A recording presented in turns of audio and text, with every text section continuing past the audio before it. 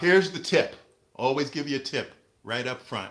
I always like to give you a tip right up front. I don't want you to have to wait and say, like a lot of people do, if you watch this video to the end, I got a special tip for you. Crap. Here's the tip right up front. Auditions. Sometimes as an actor or an actress, you'll get auditions that you know you're not right for. You will know you're not right for the role. But I always tell actors and actresses, do your best on every audition and treat it as if you're the number one contestant for this role. And the reason you do that is because when you get in front of the casting director, it's an advantage.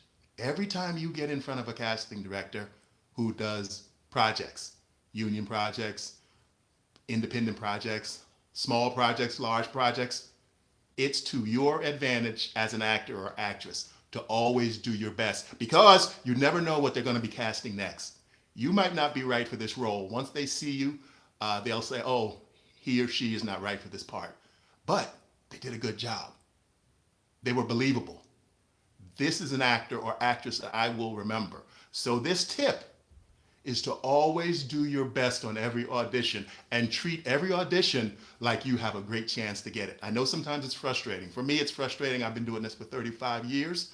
And sometimes when I get cast for a part and I get the audition, that's a big leap right there. Just to get called in is a big leap. You have to realize that also.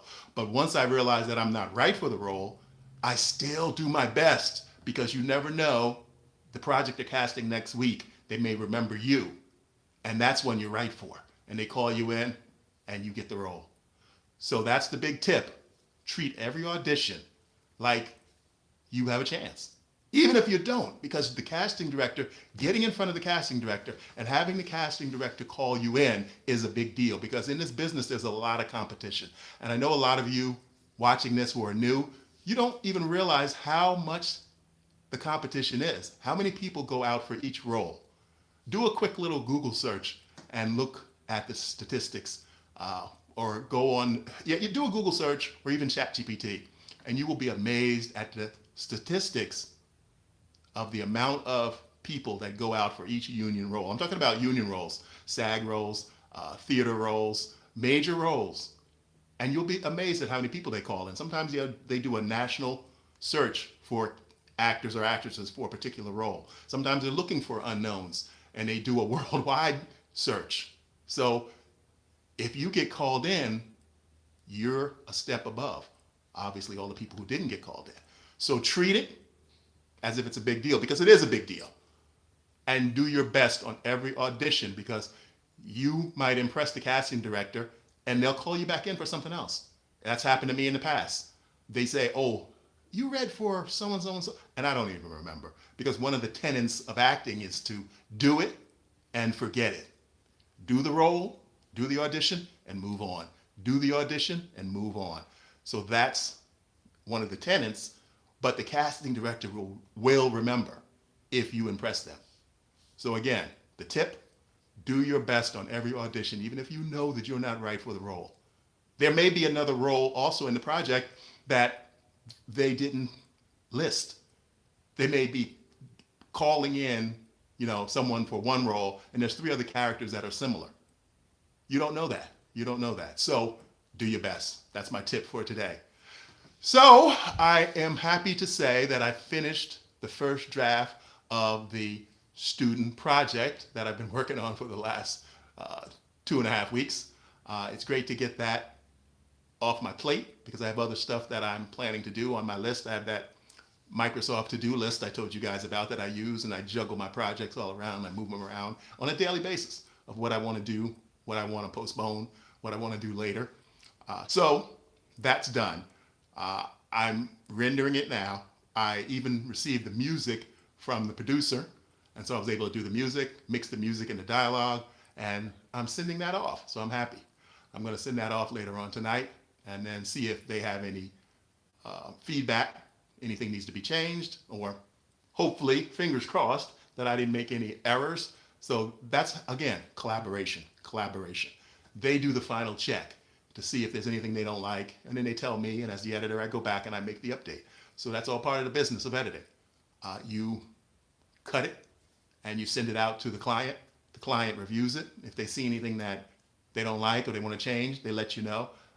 And you make those changes and you submit a new draft. So that's part of the business. Uh, get used to that too if you're interested in editing.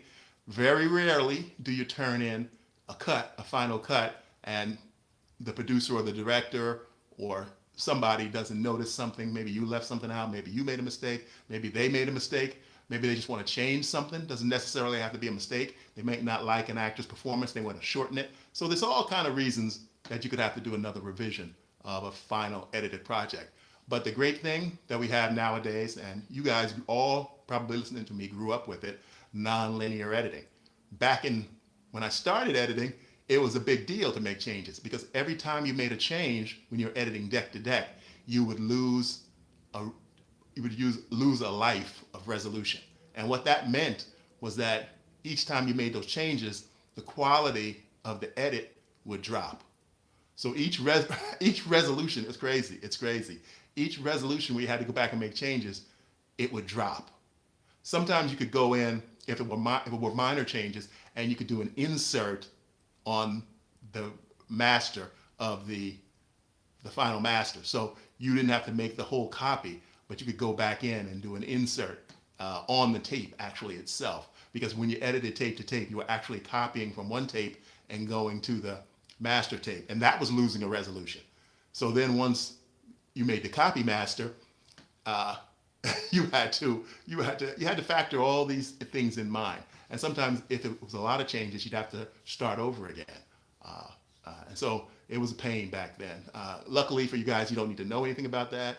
That's history, and video editing evolved with the computer, and it was miraculous. And a lot of times, I guess, when you guys don't know about the hardship we had editing from deck to deck, and sometimes you'd have to have two decks on the play side if you wanted to do a dissolve. So you'd have to have two videos running on the play side feeding the record deck, and then you could do you'd have what they called an edit controller in between, and you could do the dissolve from one to the other. Kind of the way they do TV news now, when they do a 3-camera shoot or a 4-camera shoot, however the news, how many cameras they have in the news booth.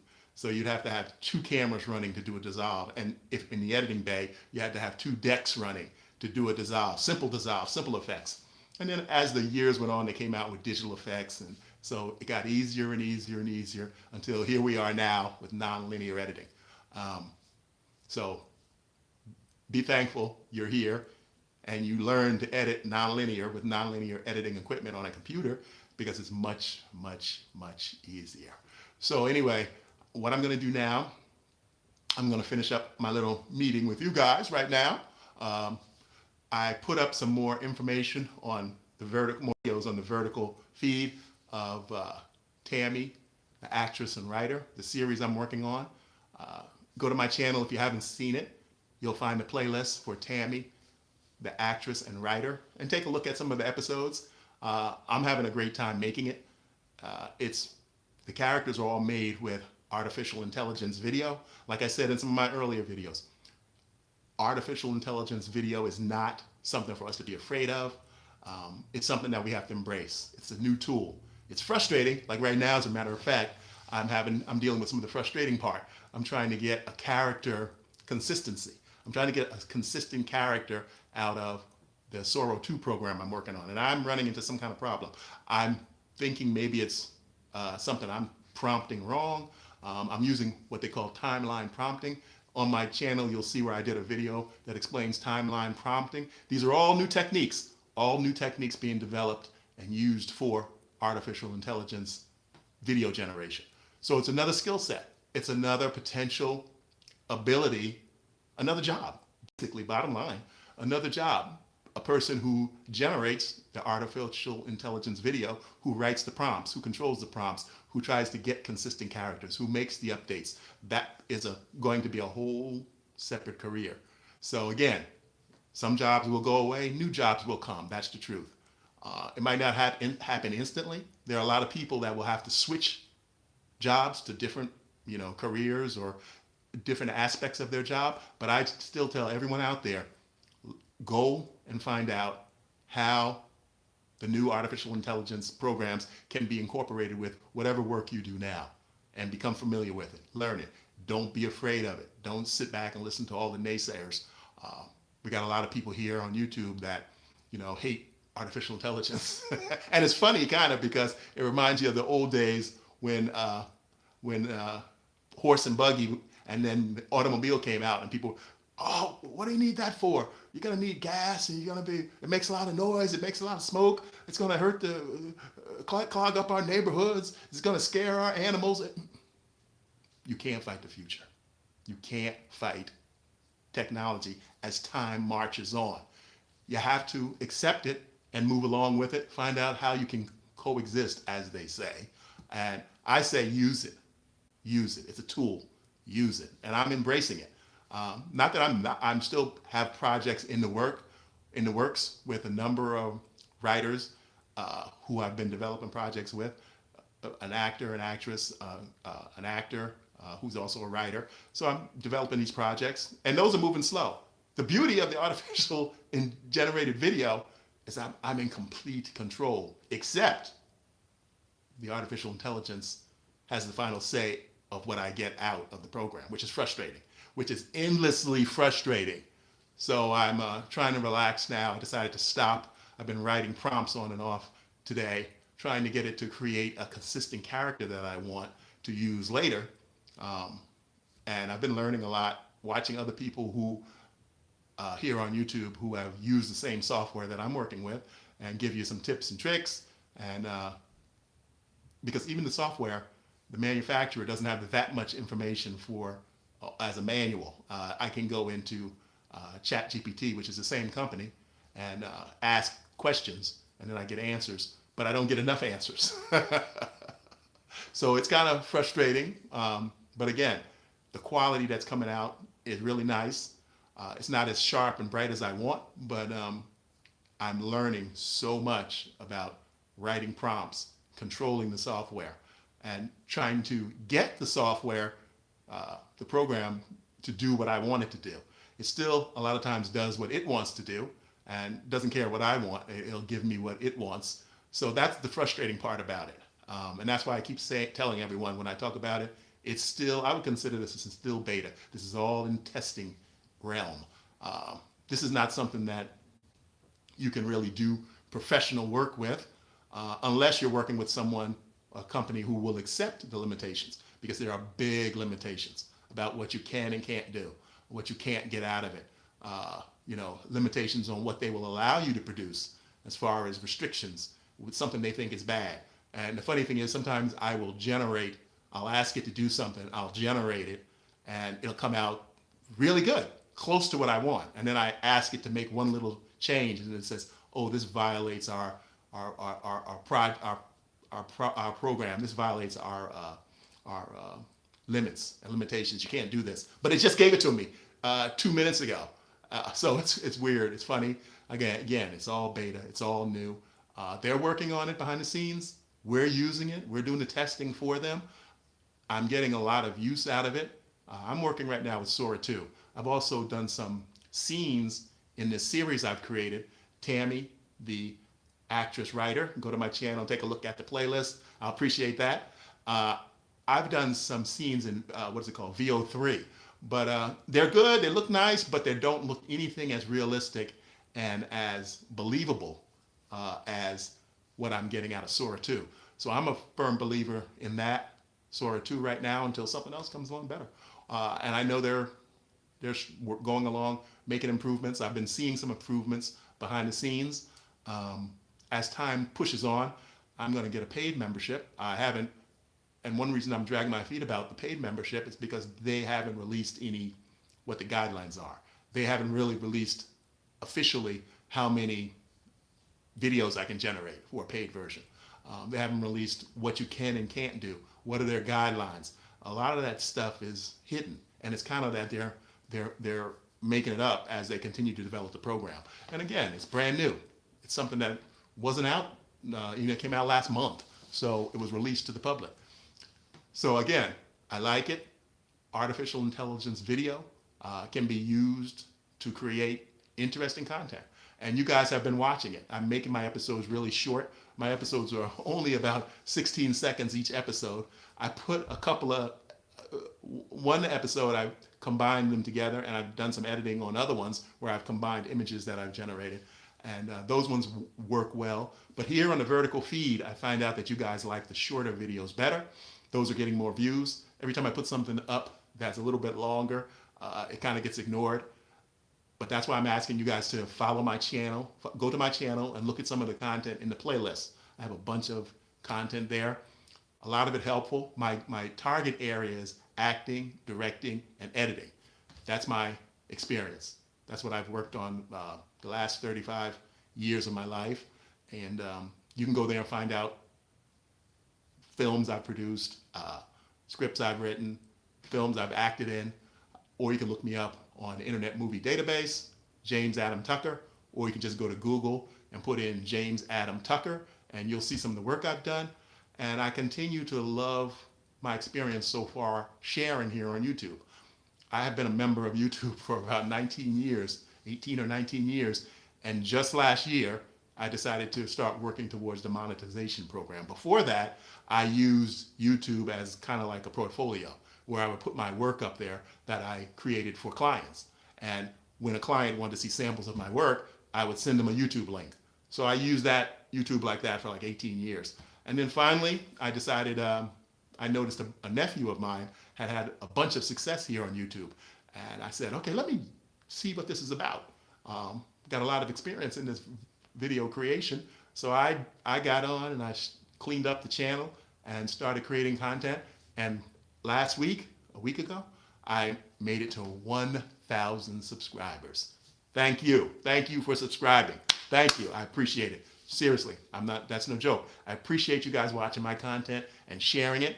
I hope you keep doing that because my goal is to continue to build this channel where I create vertical series content. That's one thing that's really missing here on YouTube. My stuff is comedy, but it has some drama in it, and it tells a story. I try to always make sure I'm telling a story that's interesting, beginning, middle, and end. So that's what I'm doing here. And I see this as a platform where, as you're going through the shorts right now, you can watch a couple of episodes if you like them. I'm going to make some different series, all kinds of stuff, mostly humor related, because I think we have enough drama on regular television. My stuff is going to be comedy, but with a little drama, a little serious stuff. But then I'm going to have some straight out comedies also. So the vertical is where I'm going to focus. And that's why I love jumping on here every day, once or twice a day, and inviting you to my channel. You can follow the link below. Check out some of my content, subscribe. But main thing I'd like you to do too is watch some of my playlists. I have a bunch of playlists I put together. I'm a big believer in playlists because it helps organize your channel. You as a viewer don't have to look at stuff that you're not interested in. I kind of try to organize it. I organize it well, and as I move forward, I'm going to continue to make it even more specialized. Depending upon how YouTube goes, there's some rumors that YouTube will be giving us more ability to categorize our content even more detailed. So that way, if you're interested in comedy, you can find it. If you're interested in drama, you can find it. If you're interested in education, you can find it. So giving us, the content creators, more ways to make it easier for you guys as the viewers to find our content. So I'm happy that that's coming out. And there are a lot of new advances that are coming out here on YouTube that are exciting as a content creator. And I'm glad to be a part of it. I'm glad you took the time to look at my channel. I'm going to shut off for today. But if you have time, go to my channel, take a look at some of my content. Definitely check out the series, Tammy, actress and writer. I'm going to put up a couple more. I might do a little bit more today before I knock off for today. But it's fun. I love what I'm doing here on YouTube. Artificial intelligence video is a little frustrating, but I love it. I'm hooked. I'm hooked. I'm all in. Great tool. Great thing for, content creators. And it's part of the future. YouTube has embraced it. Us content creators have to embrace it too as a new tool. It's nothing to be afraid of. Don't be afraid. Don't be afraid. The world changes. Everything changes. Everything goes forward. So learn it. Use it. All kinds of jobs can use someone in the company who knows about artificial intelligence and how to write prompts and get help for the business. So if you're that person, you're going to be invaluable because you can teach other people how it can help make them more productive in their jobs, because it does make you more productive. Um, there's no way around it. It's made me much more productive just from the things I've learned so far creating this series. I'm much more productive as far as my goal to create content here for YouTube. So I will see you tomorrow. I'll check in with you tomorrow, and thanks for watching.